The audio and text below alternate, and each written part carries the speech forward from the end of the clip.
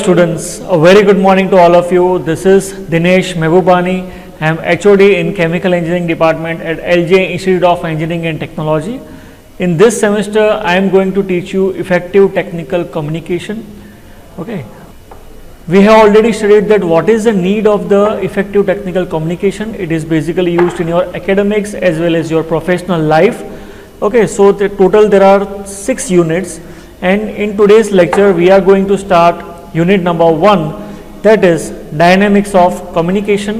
In this chapter, we have to study about the basics of communication, that what is communication, what is the basic process of communication, communication model. Then we have to study the different levels of communication, then types of communication like verbal and non-verbal. Then we have to also study about the interpersonal communication, intercultural communication, and we have to also study about the importance of them. Okay, so let us start the chapter number 1, that is dynamics of communication.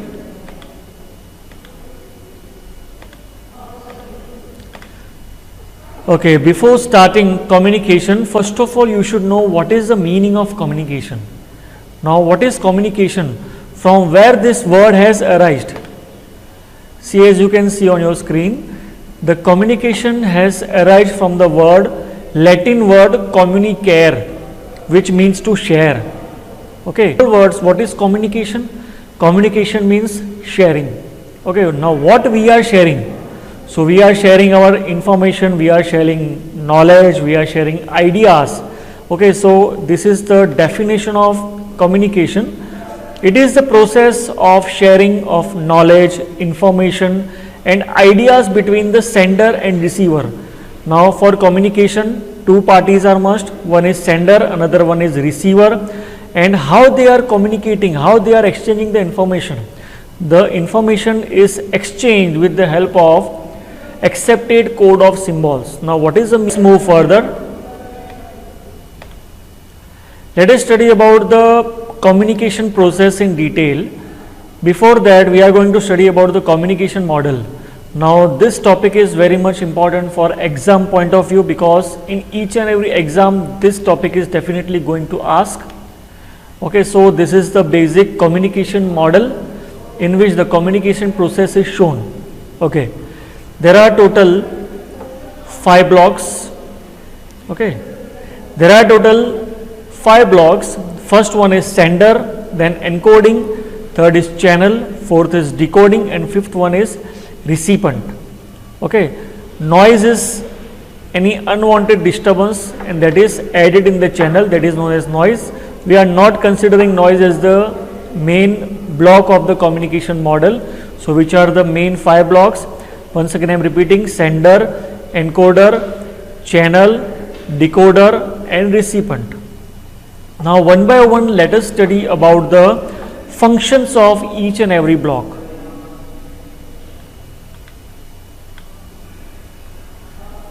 Okay, here we have simply written the basic function of sender and encoder.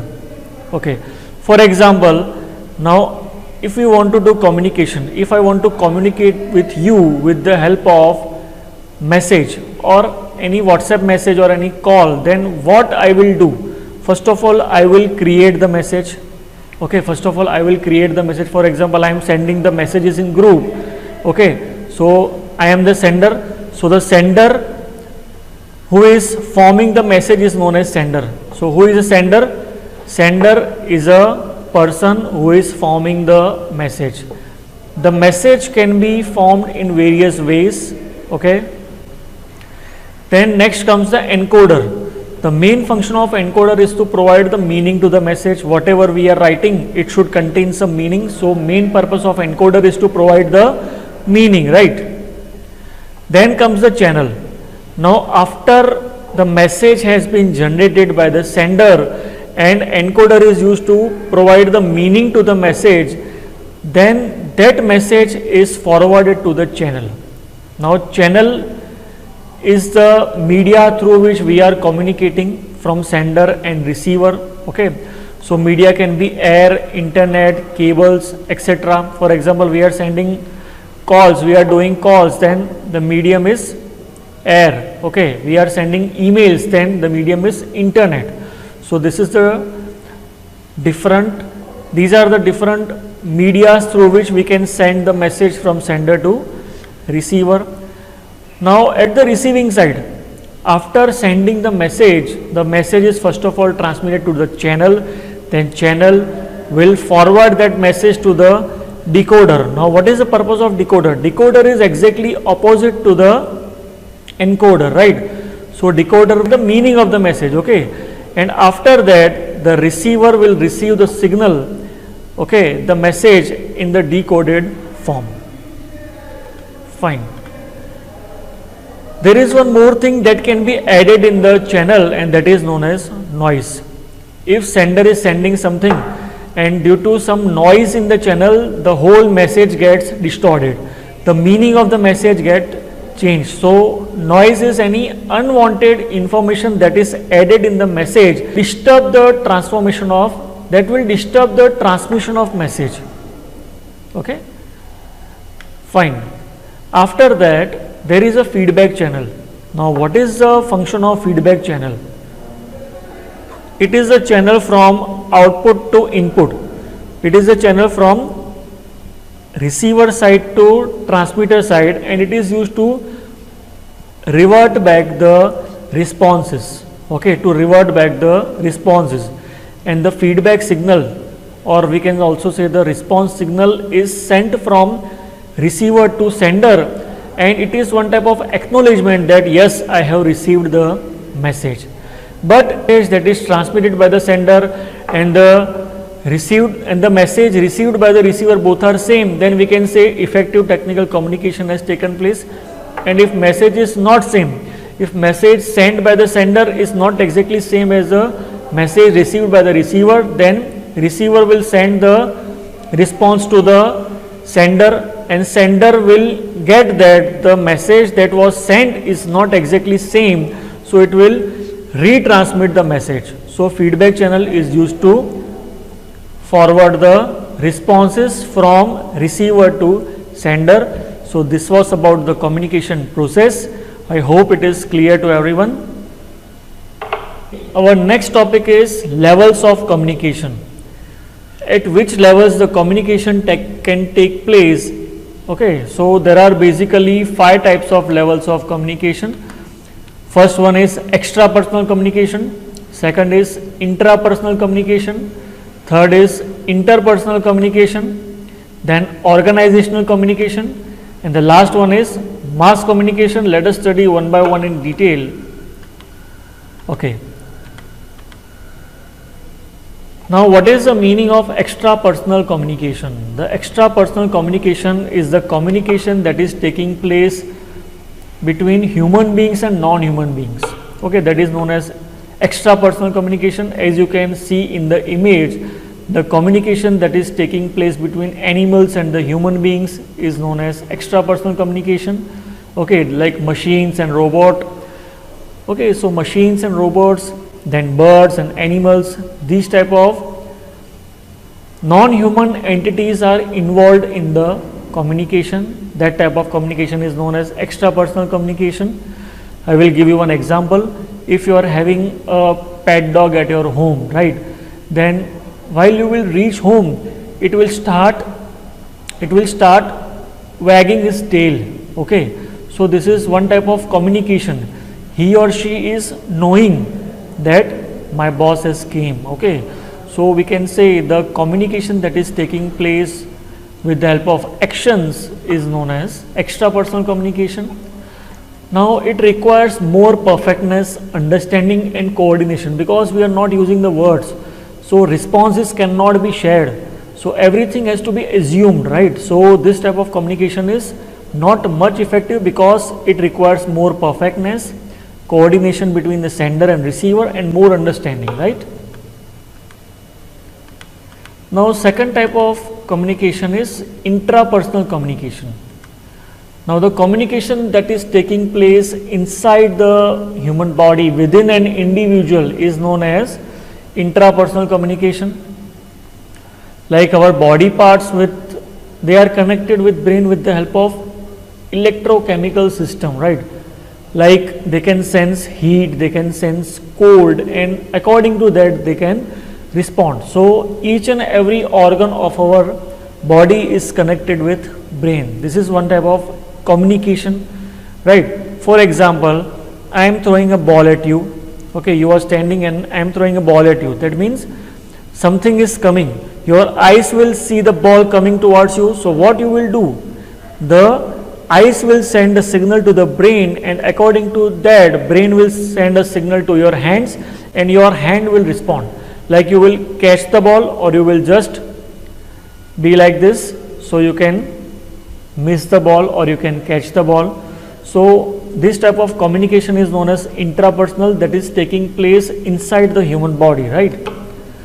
Like many people have habit of talking with themselves, okay, self-talk, thinking. Again, these type of communications are known as intrapersonal communication.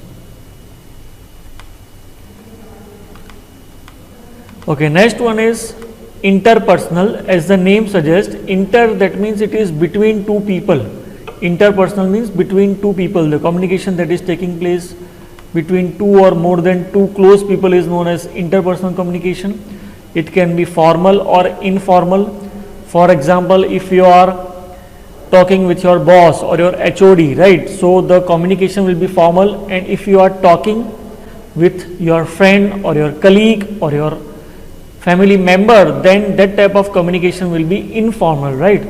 So this is more effective. Why it is more effective? Because the sender and receiver can share the responses between them.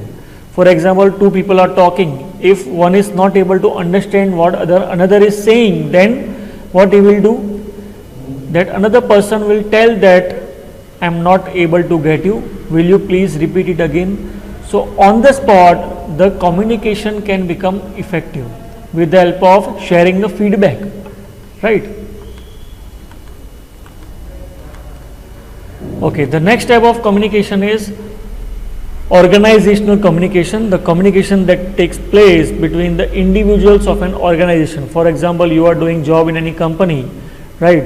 Then message is floated from your manager, from your boss to many people, right? So that type of communication that is taking place inside a company is known as organizational communication. For example, your headquarter is located at Mumbai and meeting is held, right? Zoom meeting is held, then that type of communication is also known as organizational communication. Basically, these type of communication are done in round table meetings, right? Round table conferences, we can say. Conferences, video conferences, forwarding instructions, and this type of communication is basically formal in nature. Why formal? Because you are working in any company, there are some rules and regulations of that company. So this type of communication will be formal in nature, right? And the last one is mass communication. See, it is basically one type of broadcasting. Okay, broadcasting means it is basically meant for large audience and it needs a medium to transmit the information, right? Broadcasting means one information is sent to many media, right? For example, any blogger is there and he or she is writing the blogs regarding food, regarding online shopping, regarding travel, then that type of communication we can say it is mass communication. And basically TV, internet, magazines, okay, the users are many, the audience is in a large number, right? So this type of communication is known as mass communication. This type of communication is impersonal because the person, they are unknown to each other. For example, the video that I am going to share on a YouTube channel, right? So I am not able to get who are my listeners, who are to watch my video, right? So this type of communication is impersonal. Okay, it should be factual, it should be authorized because we have to share the information to many people, so it should be authorized. Okay, so check the authority before transmitting anything on internet, right? So this was about the levels of communication.